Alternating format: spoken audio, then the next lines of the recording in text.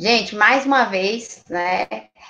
É uma satisfação estar aqui com vocês, mesmo aqueles que não estão podendo, como a Eric falou aqui, né, participar ao vivo, mas fico feliz, me sinto realmente realizada por vocês estarem lá acessando, né, o nosso conteúdo que fica gravado e que espero que realmente tenham esses conteúdos, né, contribuído para o aprendizado de vocês, né? Nós já estamos no nosso quarto encontro.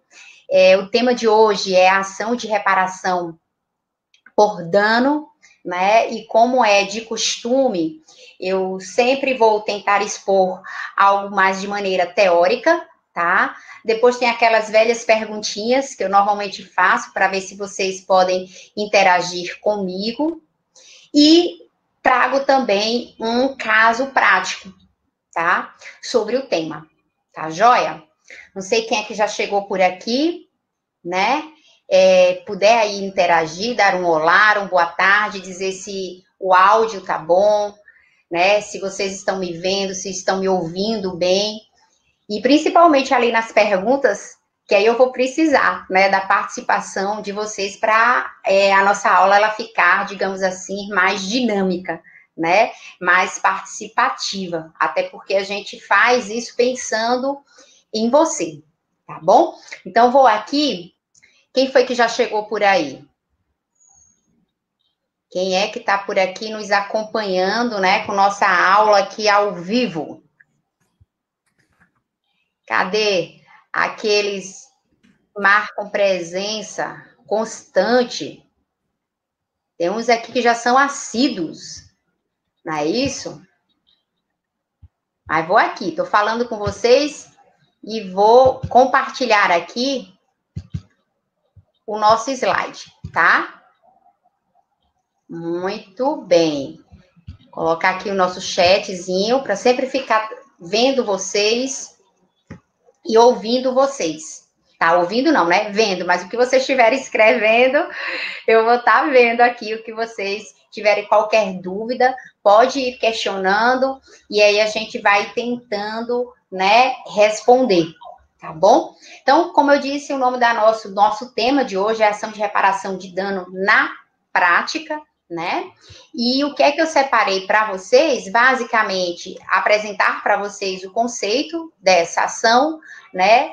E trazer os principais requisitos, pressupostos dessa ação, tá joia? Então, vamos lá. Conceituar, gente, essa ação é algo que não é tão objetivo, tão prático. Por quê? Porque advém da nossa subjetividade, da nossa conduta, dos nossos comportamentos, né? Quando a gente fala de responsabilidade ou ação de reparação de dano, é você imputar, é você atribuir a alguém o dever de reparar, tá? E por que a gente imputa a alguém o dever de reparar? Porque essa pessoa, né, que vai reparar, ela é responsável por este dano, né? Existem aí várias contextualizações de responsabilidade civil, porque quando a gente fala de ação de reparação de dano, a gente automaticamente está falando, tá, de responsabilidade civil. Olha aí, James, como sempre. Boa tarde, James. Você não pode faltar não, viu? A nossa aula, você sempre está aqui marcando presença, então não me deixe aqui sozinha. Solitária aqui deste lado, tá bom? Então, existem várias contextualizações, gente, para a gente falar desse tema que é responsabilidade civil. Então, como eu disse, a ação de reparação por dano é dentro do direito processual, do direito instrumental, mas materialmente falando, eu estou falando de um tema chamado responsabilidade civil, tá? E ser responsável, vulgarmente falando, ou como ele coloca aí na linguagem comum, é você assumir os seus atos, né? Você, como pessoa, é capaz de adquirir direitos e contrair obrigações, contrair deveres. Então, ser responsável é assumir os seus atos, assumir os seus deveres, né? As consequências dos seus atos, tá? Dentro do direito privado, que foi, lógico, o conceito que eu comecei a dizer para vocês, é imputar a alguém o dever de reparar o dano na esfera jurídica. A palavra imputar é atribuir. Então, eu vou atribuir a alguém o dever de reparar o dano. Boa tarde, Robson. Tá certo? E aí a grande função desse direito privado, quando a gente fala, né, do direito privado sobre esse tema, responsabilidade civil, é exatamente viabilizar a indenização. A consequência, né, quando a gente intenta essa ação de reparação de dano, ela também é muito conhecida ação de indenização por danos, né? Então, o objetivo é, de fato, a função, de fato, é viabilizar, facilitar a indenização. Tem um sentido que a gente chama axiológico, filosófico, que é aquele que enaltece os valores e os princípios do nosso sistema sócio-jurídico. Na nossa Constituição Federal, que é uma Constituição, né, que a gente chama de tábua axiológica, né, porque é uma tábua que ela enaltece dela, né, se exala, né, digamos assim, se exalam valores. Um deles, e é um dos principais, né, dentro do nosso fundamento da nossa República Federativa do Brasil, é a dignidade da pessoa humana. Então, quando a gente busca imputar esse dever de reparar, em outras palavras, é buscar a valorização da pessoa, da vítima, né, daquela que se sente realmente prejudicada, daquela que que sofreu o dano. Então, quando a gente imputa, quando a gente atribui a alguém esse dever de reparar, em outras palavras, a gente está querendo buscar aí a valorização da pessoa, da vítima que sofreu o dano. E é uma reparação que nós dizemos que é uma reparação integral, é uma reparação ao máximo, tá? Indenização, como eu disse, é a consequência logo de cara, de imediato, a gente pensa nessa consequência, mas ela pode não ser a única, tá? Indenização no sentido de dinheiro pode não ser o único tipo de reparação. A gente pode pedir, por exemplo, uma tutela específica, né? A gente pode pedir uma retratação, né? E são situações que não consistem em uma indenização, mas sim também no sentido genérico da palavra de uma reparação, tá bom? E por fim, o sentido aí funcionalista, como eu dizia, assumir as consequências dos seus atos, das suas condutas, né? Do seu comportamento humano. Tá claro até aí, Robson e James? Estão me vendo e ouvindo bem?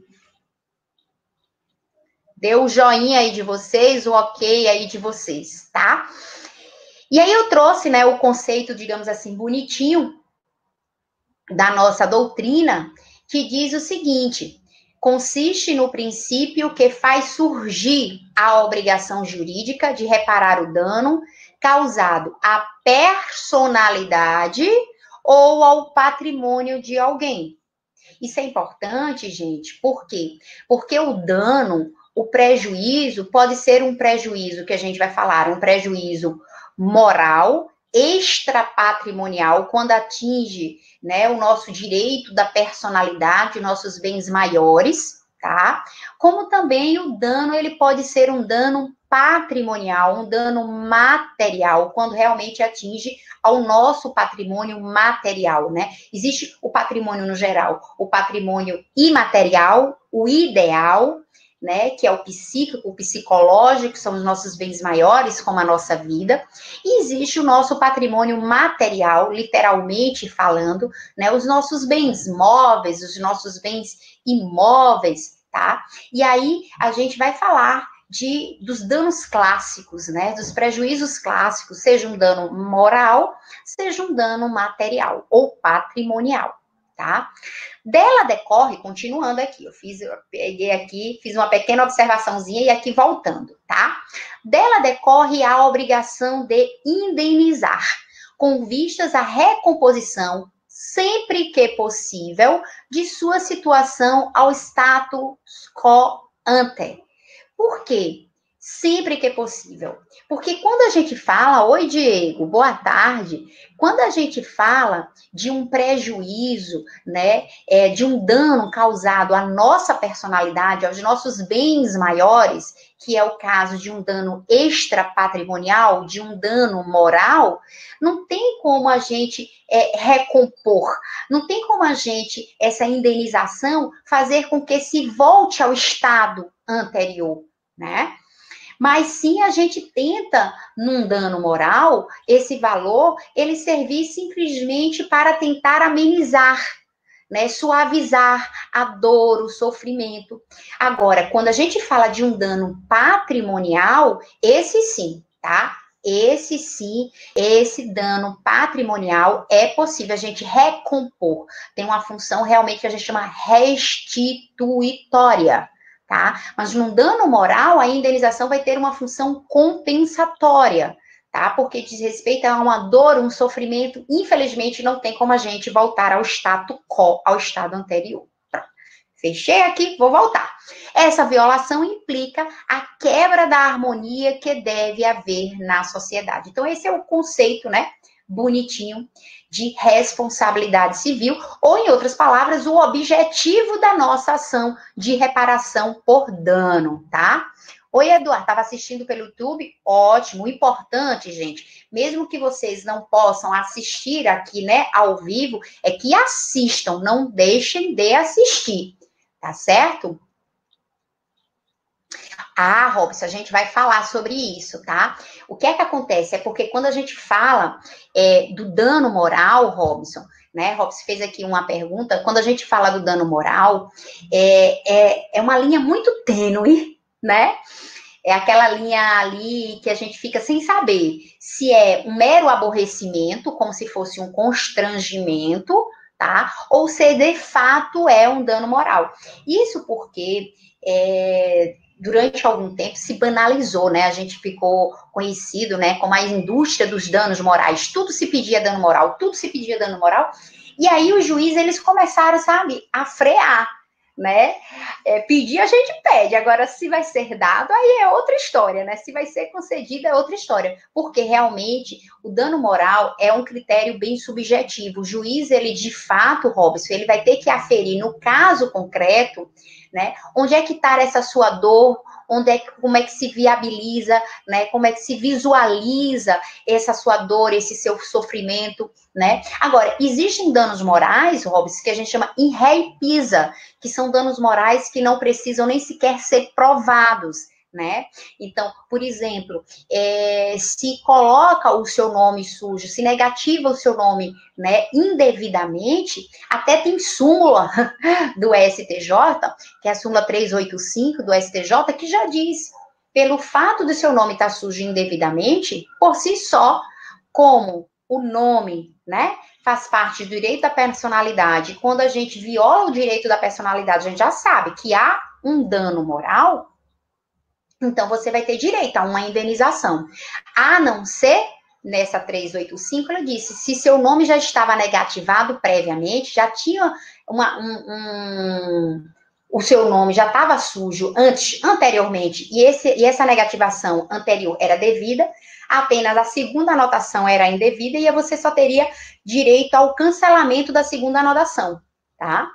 Não poderia pleitear a indenização porque seu nome já estava negativado. Mas se o nome nunca teve negativado e aí foi sujo indevidamente, não tem dúvida, é um dano moral que a gente chama in rei pisa, e aí você não precisa provar, até simulado está. Mas, de fato, é uma linha tênue entre o que a gente chama de mero aborrecimento, tá certo, Robson? E de dano moral, tá?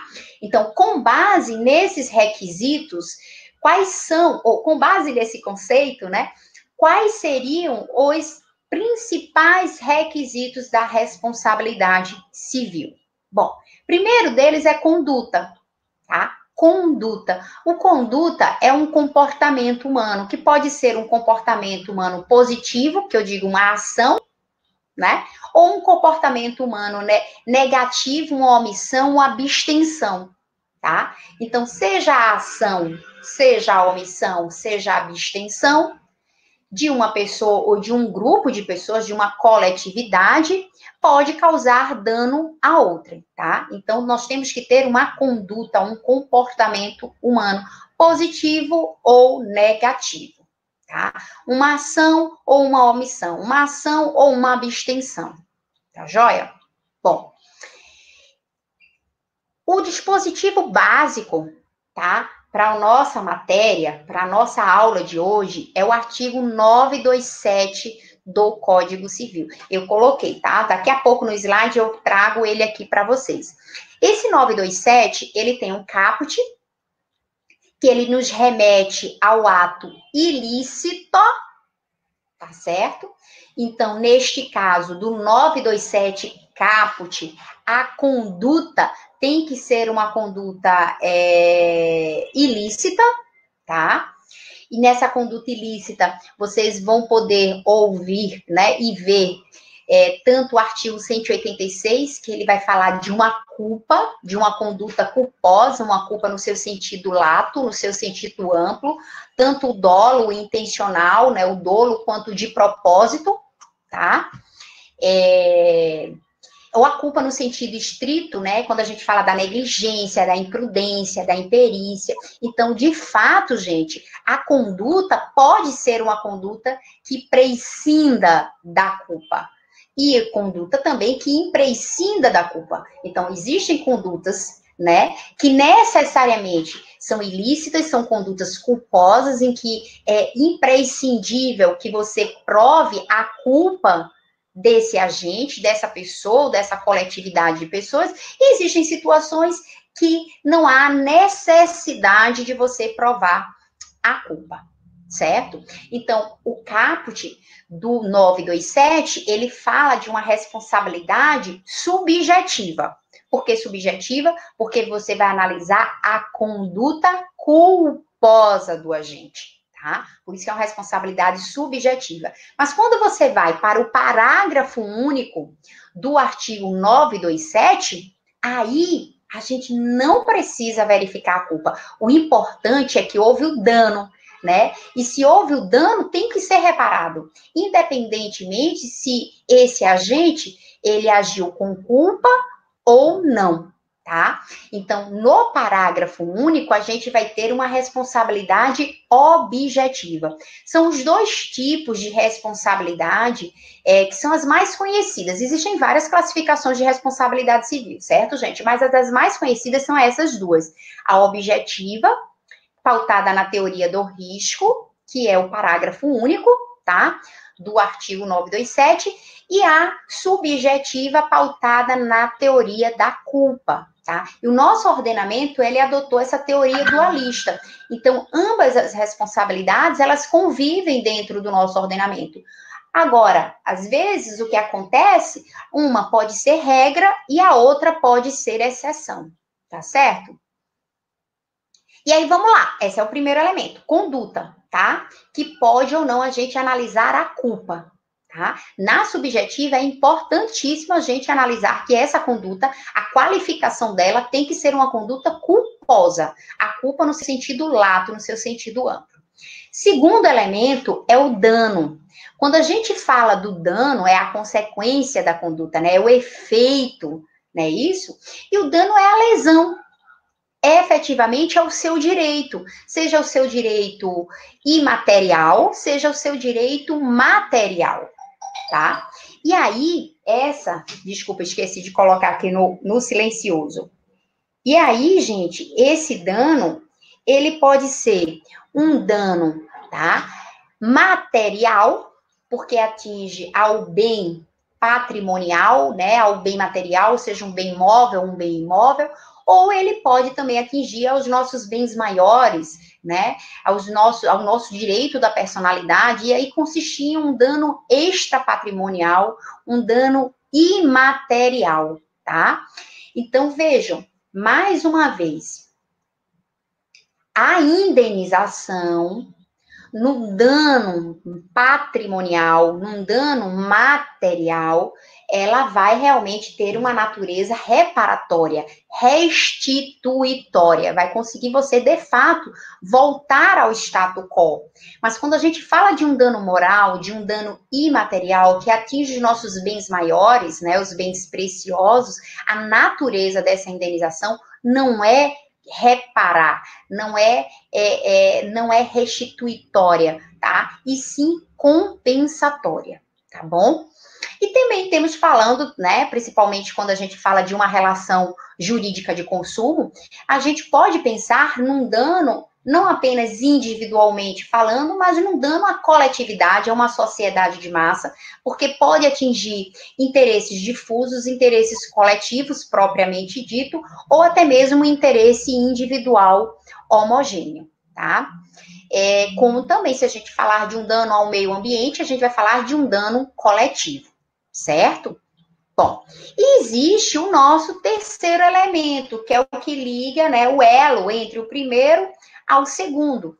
É o nexo de causalidade, né? É o liame, que eu digo assim, é o elo, né? Que vai exatamente conectar a conduta, que é a causa, tá certo? É o que a gente fala da imputabilidade mesmo, de você atribuir, né, a alguém, e a sua consequência, que é o resultado, que é o efeito, que é a lesão, né, que é o dano. Então, a gente faz essa conexão entre a causa, a conduta, e o efeito, que é o dano, tá?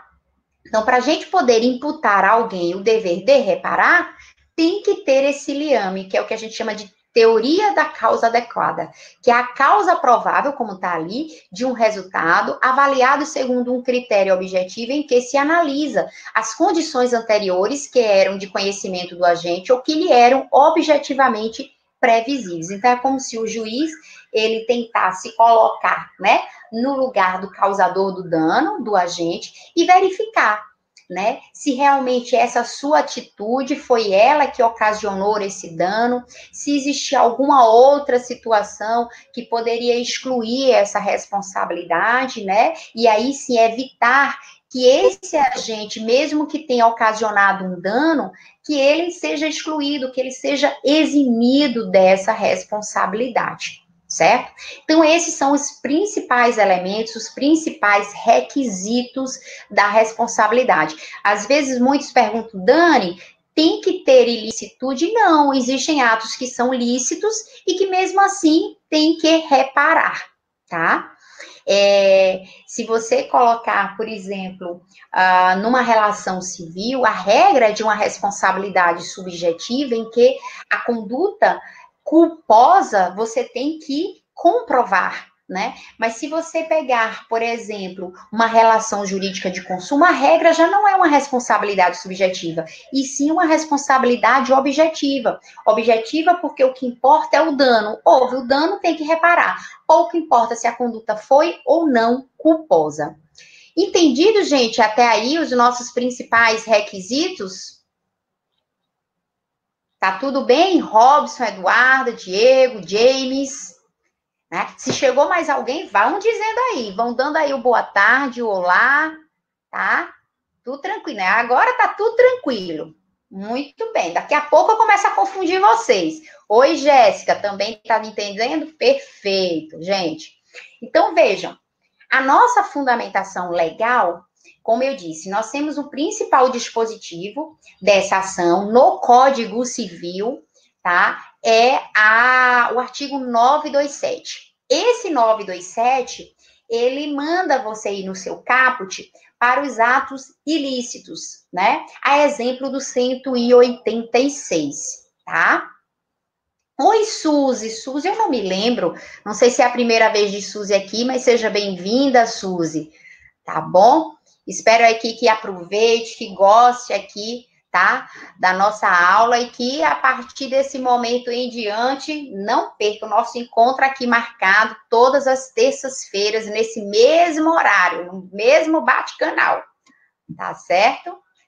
Muito bem. Então, você tem o artigo 186, que diz, que fala de ato ilícito, é o ato ilícito puro, né? Propriamente dito. Diz assim: aquele que por ação ou omissão voluntária, negligência ou imprudência, violar direito e causar dano a outrem, ainda que exclusivamente moral, comete ato ilícito.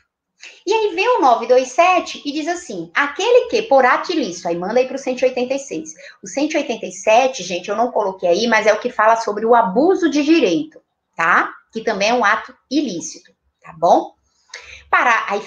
Aí voltando, aquele que por ato ilícito, 186 e 187, causar dano a outrem, fica obrigado a repará-lo. Então, é uma obrigação legal, né? A reparação é um dever, é uma obrigação da lei, tá certo? E aí vem o parágrafo único. Então, esse 927, o caput, é a responsabilidade subjetiva, porque ele fala da ilicitude, e a ilicitude no 186, se vocês derem uma olhada, ele fala da culpa, né, no seu sentido lato, tanto o dolo intencional, quanto a culpa no sentido estrito, a negligência, a imprudência ou a imperícia, certo?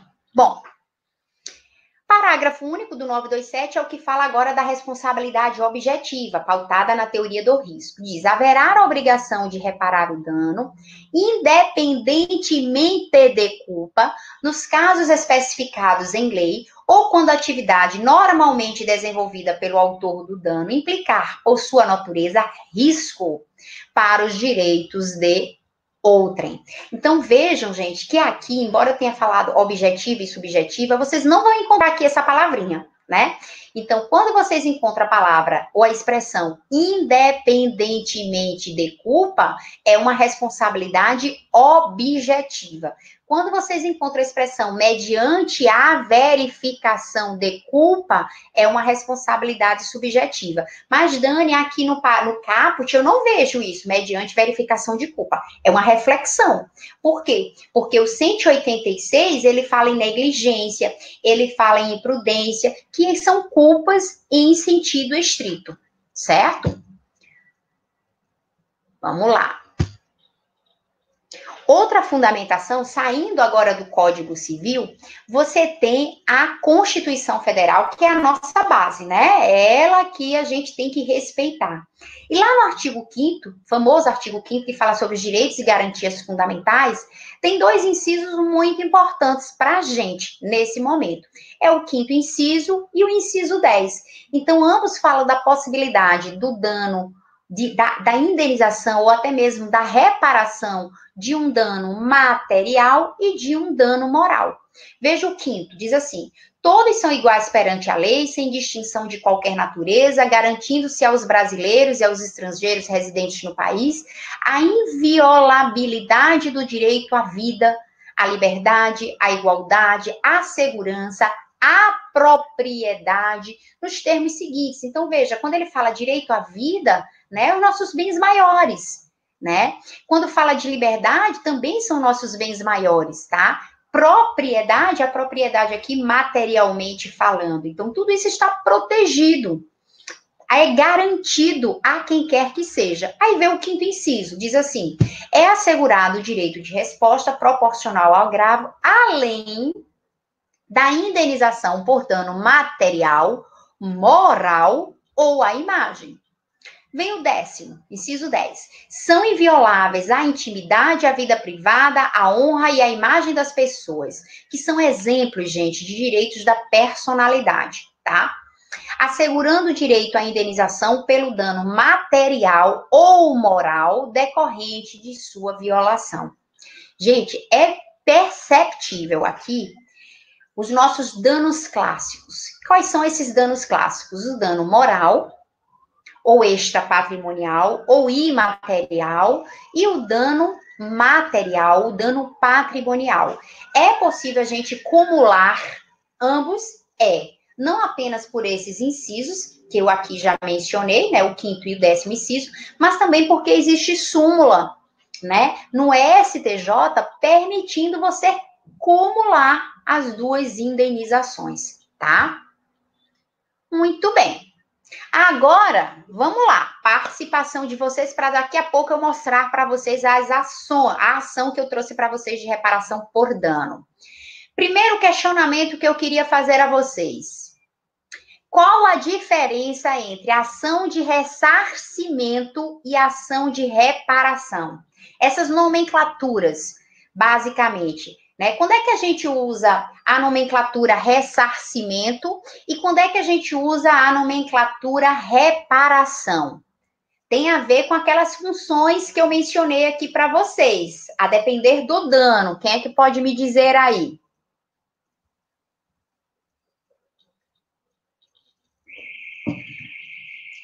Vamos?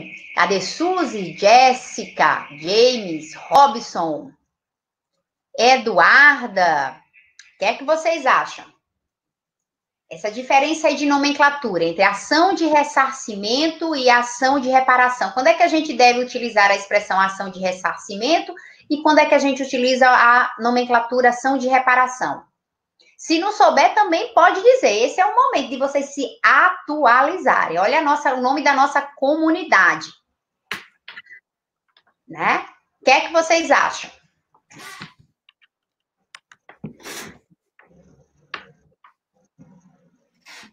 E aí, não acham nada? Também, se não achar nada, tem que dizer. Ah, James já está achando aqui. Ressarcimento é usada na legislação quando trata-se de um benefício fiscal igual ao do IPI. Quem mais tem esse entendimento ou diferente? Podem votar com o relator James ou ter um entendimento diferente.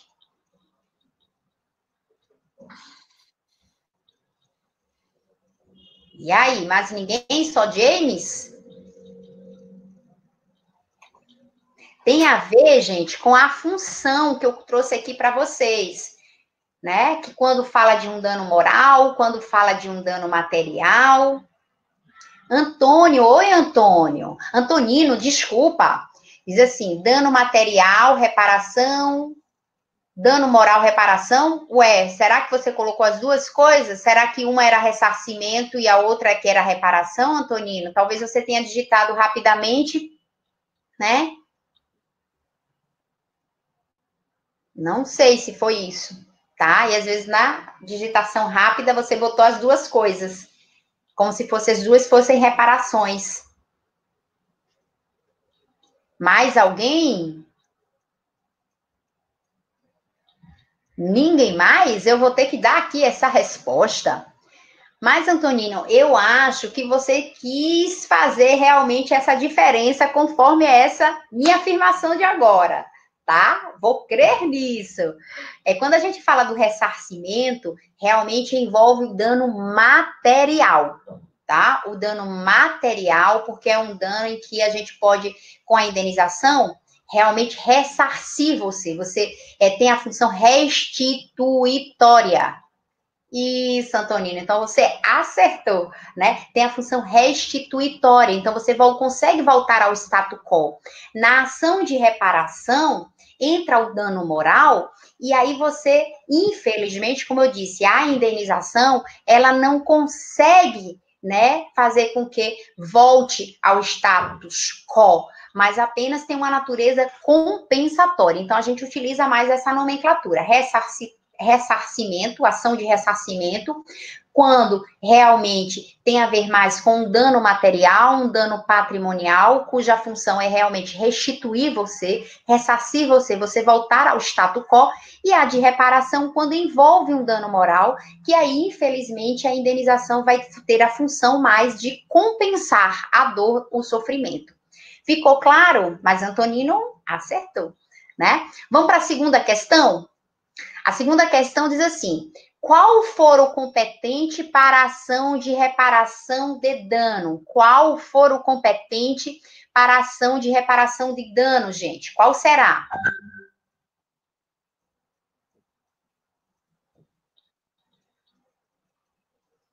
Sim, Suzy. O que é que tem? A gente pode colocar. Aí vai ser reparação, tá? Porque você, na reparação, você pode tanto comportar o do dano material quanto do dano moral, certo? Aí é melhor a nomenclatura ação de reparação. A de hoje que a gente está falando é ação de reparação porque a gente está envolvendo tanto o dano material quanto um dano moral, certo? E aí, Qual o foro competente para a ação de reparação de dano? Onde é que você intenta essa ação? Qual é o local? Tem esse RESP aí, né, que é o entendimento da terceira turma em 2017, né, o STJ, ele firmou esse entendimento. Pode, Carlos. Pode sim. Aqui é uma nomenclatura mais que a gente utiliza na doutrina, né? Aí a gente utiliza mais, mas obviamente, se chegar lá é uma situação somente de dano material e você botar uma ação de reparação por dano material, com certeza o juiz não vai mandar voltar por conta disso, não. Com certeza, tá? É mais doutrinariamente mesmo, por conta das funções. Bom, Jéssica diz que é o local do domicílio do autor, local onde ocorreu o fato. Os dois acertaram, tanto Jéssica quanto James, tá? Aí a gente vai utilizar a facilitação da defesa, né? Então, dentro dessa facilitação, você tanto pode intentar onde? No domicílio do autor. Autor não, é o autor da ação, pelo amor de Deus, tá? Não é o autor do dano, não, é o autor da ação, da vítima, tá? É o autor da ação, tá certo? Como também o local onde ocorreu o dano. Isso, exatinho, James. Esse aqui, ó, James e Jéssica acertaram, tá certo?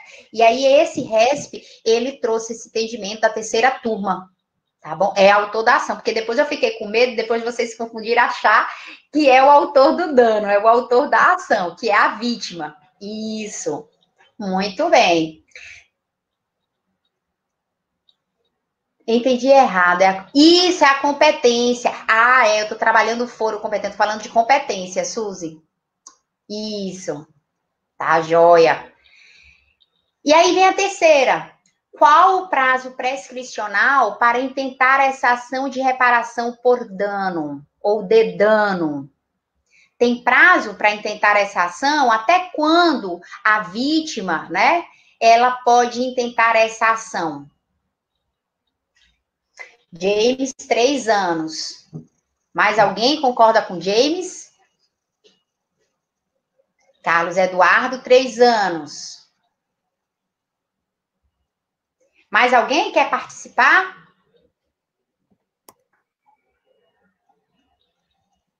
Vão todos com 3? Na relação civil, realmente, artigo 206, parágrafo 3º, tá? Do Código Civil, são 3 anos. Mas se a gente falar, gente, de uma relação de consumo, tá? O prazo é de 5 anos. Então, veja, Código Civil, artigo 206, parágrafo 3º. CDC, Código de Defesa do Consumidor, vai ser de 5 anos, que é o artigo 27 do CDC.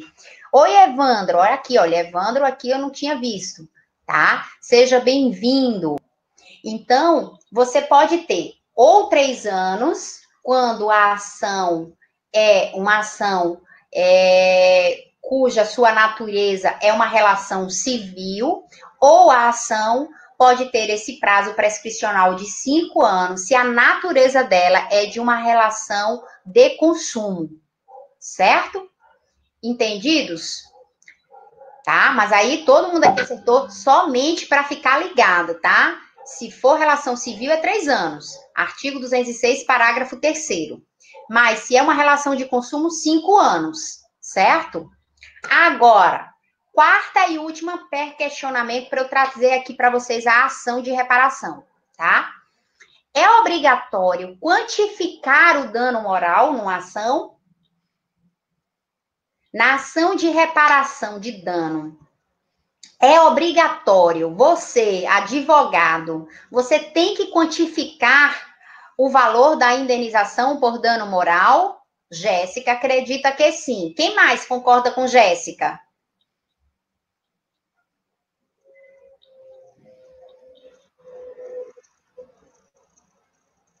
James também. Evandro, sim. Quem mais? Cadê Robson? Carlos Eduardo, sim. Reginaldo. Oi, Reginaldo. Jéssica, especificar o valor que foi posto. Gente, parabéns. Porque o que é que acontece? O novo CPC, né, que é de 2015, mas a vigência é 2016. Então, o que é que acontece? Antes de 2016, você quantificava somente o dano material, o dano patrimonial, e normalmente deixava, né, para o magistrado arbitrar o valor do dano moral. Mas com base nesse artigo 1292, quinto inciso do nosso CPC, você agora tem que quantificar o dano moral também. Não adianta você pedir para ele arbitrar, não. Você também tem que quantificar, tá certo? Tá? Você quantifica, lógico que o juiz, Suzy, quando der uma olhada, ele vai ver se você pediu a mais, né, se acha, né, se extrapolou, mas você tem que dar exatamente a base. E aí, gente, é muito interessante que quando você for fazer a solicitação do dano moral, é uma dica agora para você se atualizar. Faça uma pesquisa antes no tribunal, né, no qual você vai entrar com essa ação, para saber qual é o entendimento desse tribunal na quantificação do dano moral, né? Faz isso, dá uma olhada, tenta pegar, até interessante também, julgados para na sua ação, né, que venham, né, por uma analogia, fixar o valor do dano moral, né? Obviamente, você tem que colocar aí julgados que tenham conexão com o seu caso, tá? Então, isso é sempre um patamar legal, porque assim, não tem uma tabela, né, para dano moral, não temos. E aí a gente pega esse parâmetro, né, dos entendimentos dos tribunais sobre aquela mesma situação que já tenha sido julgada, né, qual é o entendimento deles, qual é o teto que eles estão, né, cobrando. Então, aqui mesmo, nos nossos juizados, aqui, normalmente, eles não passam de 4 mil. Mas, por exemplo, teve a ação que eu vou trazer aqui para vocês, foi 8 mil que ele quantificou de dano moral, foi excelente, né? O valor de dano moral pedido pelo autor foi concedido pelo juiz, tá certo? Então, essa é uma dica interessante.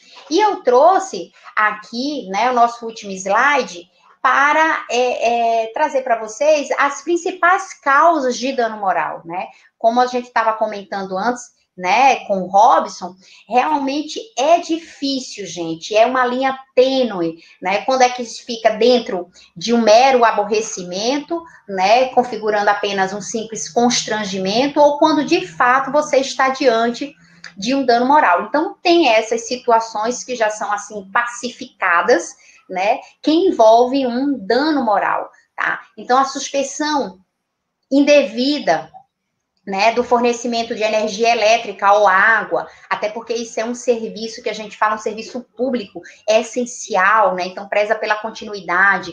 A falta de notificação do devedor na inscrição do seu nome, né, e eu nem coloquei, mas quando o seu nome também for negativado, né, indevidamente, tá? Exposição de conteúdo ofensivo sobre pessoas, seja na internet ou qualquer meio de comunicação, erro médico, né, demonstrada aí a culpa do profissional, principalmente quando a gente fala de um dano estético, né? Cobranças abusivas sob ameaça, né, questão de constrangimento que gera você, tá? Clonagem de cartão, retenção de salário correntista para a questão de pagamento no banco, tá? Descontos em contas bancárias sem autorização do cliente, pessoa atingida por uma bala perdida, né? Quando a gente fala nas agências bancárias, tá? Desvio de dados pessoais de clientes por trabalhadores de empresa, de telefonia ou TV a cabo. Então, essas são as principais. Existem aí outras. Essas é como se eu digo assim, já está pacificado.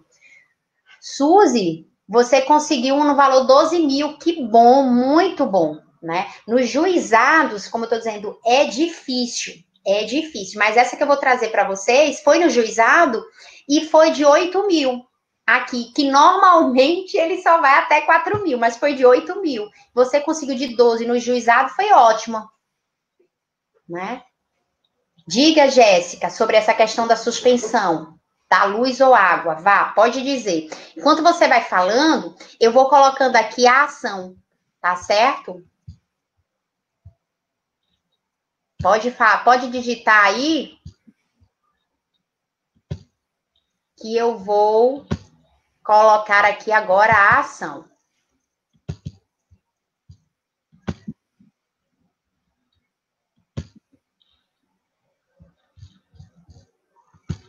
Deixa eu ver. Não foi no juizado, sim na justiça estadual, danos morais por práticas abusivas. Ah, entendi. Na justiça comum, né? De fato, os valores das indenizações, elas são maiores. Mas é sempre bom você, essa dica é uma dica de ouro, tá? Você analisar qual é o entendimento de onde você for dar entrada, né? Sobre a questão do dano moral, sobre a quantificação desse dano moral. Se tiver julgados nessa área, melhor ainda, certo? É em qualquer momento ou tem algum critério para fazer a suspensão? O que é que acontece? Não sei se é essa a sua pergunta, Jéssica. Tem um momento, sim. Primeiro, tem que haver o inadimplemento, tá? Quando houver um inadimplemento do usuário, aí ele deve receber uma notificação, tá certo? Quando receber a notificação, o entendimento, aí eu vou dar o entendimento daqui, tá certo? O Ministério Público daqui, ele chegou a um critério que eu vejo assim razoável de aguardar após a notificação 15 dias para ver o corte. E aí, esses 15 dias é para dar o tempo, a ampla defesa, o contraditório, certo? Mas normalmente o passo a passo é esse, tá bom? Muito bem. E aí, gente, eu trouxe aqui essa ação, tá? É uma ação de reparação de dano. Como é que foi aqui o caso, só para vocês terem, né, ideia. Gente, a ação, ela foi um acidente de trânsito, tá? E nesse acidente de trânsito, uma pessoa, ela atravessou, né, ali o cruzamento e bateu numa moto, né?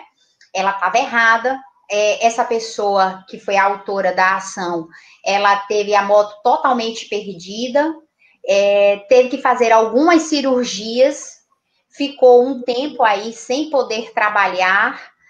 A esposa que trabalhava teve que sair do trabalho para cuidar, né, do rapaz, e a situação foi essa, tá?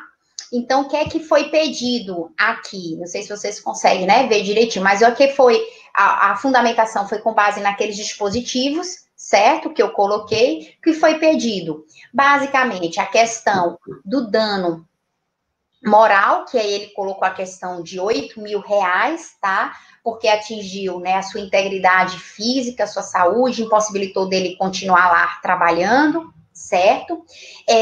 Pediu também o dano material, ele teve medicamentos que teve que pagar, teve também situações, ele fala aqui também, é interessante, que ele bota os lucros cessantes. Nesse caso, ele não ganhou, porque os lucros cessantes, ele disse que é o que ele deixou de ganhar, né? E aí ele falou de que ele deixou de trabalhar, a esposa também deixou de trabalhar, sendo que ele não conseguiu provar. E foi uma das coisas que foi questionada, se durante esse tempo, se a empresa, né, tinha deixado de pagar, ou o INSS tinha deixado de pagar, e aí ele não conseguiu comprovar isso, né? Nem que a esposa dele, né, ter dado baixa na carteira dela de trabalho e ter saído do trabalho. Então, foi uma coisa que ele alegou, mas ele não conseguiu provar. Então, aí o juiz, ele só concedeu só os danos materiais, que foram devidamente provados, que foi 13 mil e pouco, tá? E aqui são basicamente as documentações dele, tá certo? Procuração. E o dano moral, como eu disse, foi fixado em R$ 8.000 e foi concedido. Tudo isso aqui, ó. Aí foi o laudo, tá? Pericial, para dizer que realmente a moça que estava e que atravessou, né, o sinal no carro, ela estava errada, certo? Esse aqui todo ele foi o laudo, tá? Para dizer que o rapaz da motocicleta está correto, tá certo? Aqui foi a conclusão dizendo exatamente isso, que ela era a errada. E aí foi engraçado, né? Aqui tem o desenhozinho do que aconteceu, tá? Tudo o laudo foi laudo técnico aqui, tá? Trouxe tudo isso. E aí, aqui foi ele dando entrada, ó, tá vendo? No hospital, tá certo? Aí, ó, pelo SUS, tá? Toda documentação. Tudo ele tentando aqui comprovar, né, o próprio dano material. Aqui tá o laudo que ele teve que ficar, né, não pôde trabalhar, o médico falando aqui, certo? Aqui o laudo médico, né? E aí, gente, o que foi engraçado é que depois, numa certa altura, né, do campeonato, a ré, ela disse que não era ela que estava dirigindo, era outra pessoa. Aí estava dizendo que o negócio estava tudo errado, né? E não podia porque tinha gente de trânsito lá, né? Foi visto que era ela, que era a condutora, né, do veículo. Ela não disse na contestação, ela só foi dizer isso numa audiência, né? Não apresentou quem era essa outra pessoa que estava dirigindo. Então, enfim, ela foi condenada a pagar tanto o dano material quanto o dano moral, tá? O dano material, somente os danos emergentes, aquilo que efetivamente a pessoa perdeu, tá certo? Que foi basicamente a questão, e a moto em si, né? Entra também nesse valor. E o dano moral, que era de R$8.000, tá? Agora, o que foi triste dessa história, né? Isso aconteceu em 2013 e findou aí em 2018. O que é que foi triste dessa história? O que foi triste, gente, é que, infelizmente, essa pessoa, né, a causadora do dano, ela não teve dinheiro. Foi feita até a penhora, tá, aqui online, e aí o Bacen, ele fundamentou, né, disse que não tinha nada, não tinha saldo suficiente nem nada. O autor da ação, ele foi intimado para ver se ele apresentava, né, outros meios, né, se sabia de outros bens dela, né, para poder ser executados ou penhorados, mas ele aí, né, ficou inerte, e aí esse processo, infelizmente, não teve frutos, né? Embora houve a condenação, mas não houve, né, o pagamento dela, porque a ré, ela não tinha, tá, bens para saldar, né, essa dívida. E o autor da ação não apresentou outros meios, né, que ela pudesse fazer isso, tá? Mas, basicamente, veja, houve uma condenação, houve um dano material, ele perdeu a moto, né? Um dano moral, porque atingiu aqui a sua integridade física, a sua saúde, certo? Mas, como disse, ele não pôde comprovar aqui os lucros cessantes.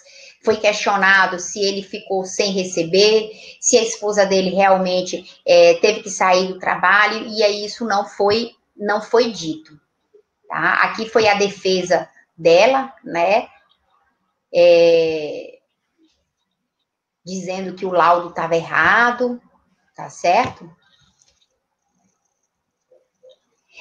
Ela não era proprietária do veículo, Suzy. Não era, infelizmente. Né? Que a responsabilidade aqui, Suzy, é uma responsabilidade subjetiva, muito bem colocado, mas é uma responsabilidade subjetiva. Então, analisa a conduta culposa, né? Ela estava conduzindo o carro, mas ela não era a proprietária, ela não era dona para o próprio carro, não era servir aqui, né? Mas não era. Ó, tá vendo? A sentença condenou, até nesse traçozinho ali embaixo eu boto, né, a condenação, tá?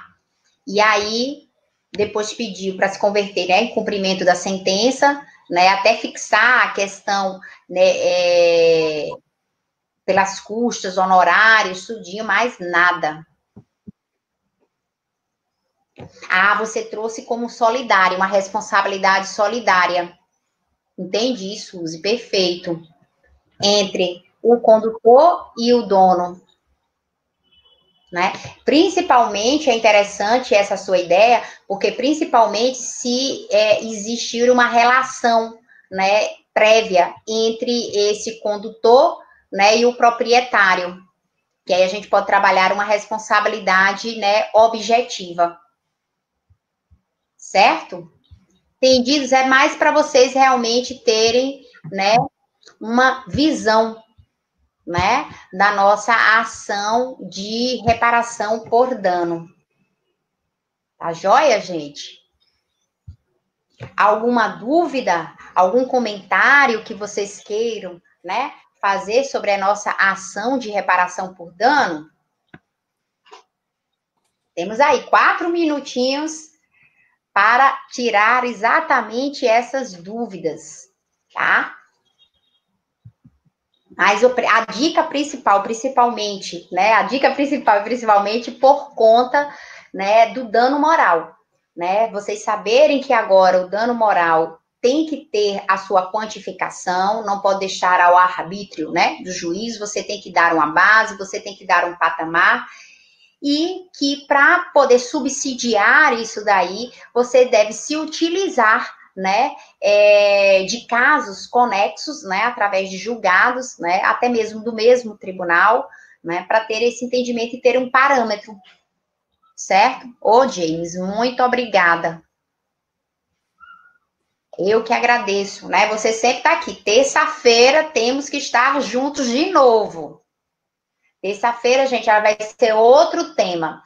Terça-feira, a gente vai trabalhar, vamos sair, né? Vamos lá para o direito sucessório. A gente vai trabalhar petição de herança, certo? Na terça-feira que vem.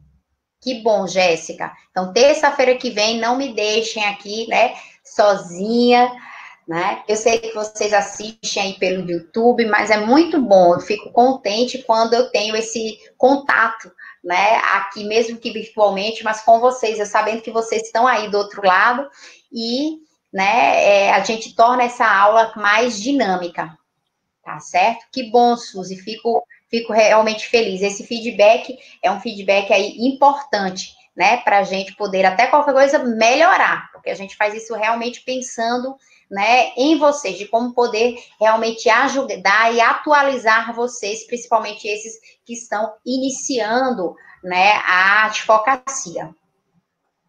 Certo? Muito bem. Então, vou agradecer a todos que estiveram aqui comigo, a Suzy, a Jéssica, né, a James, a Robson, a Carlos Eduardo, quem mais? A Evandro, deixa eu ver mais quem foi que participou aqui, né?